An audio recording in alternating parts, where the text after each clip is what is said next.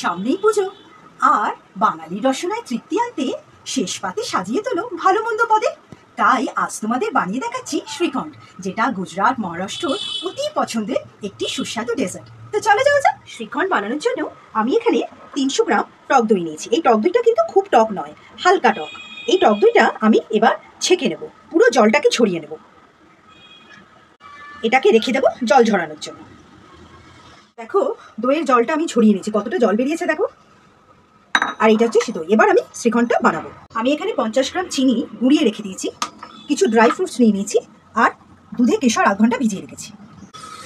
এবার এতে আমি চিনিটা দেবো।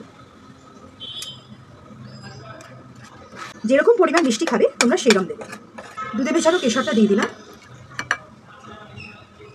এইবারে সব একসঙ্গে মিশিয়ে নেবো।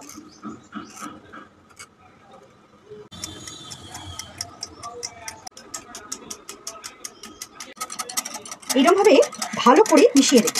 টেক্সচারটা দেখো এরকম ক্রিমি টাইপের হবে, দেখেছো? এইবার ওপর থেকে অল্প ড্রাই ফ্রুটস ছড়িয়ে দেবে, আর অল্প কেশর। এবারে এটাকে 7 থেকে 8 ঘন্টা ফ্রিজে রেখে দিতে হবে।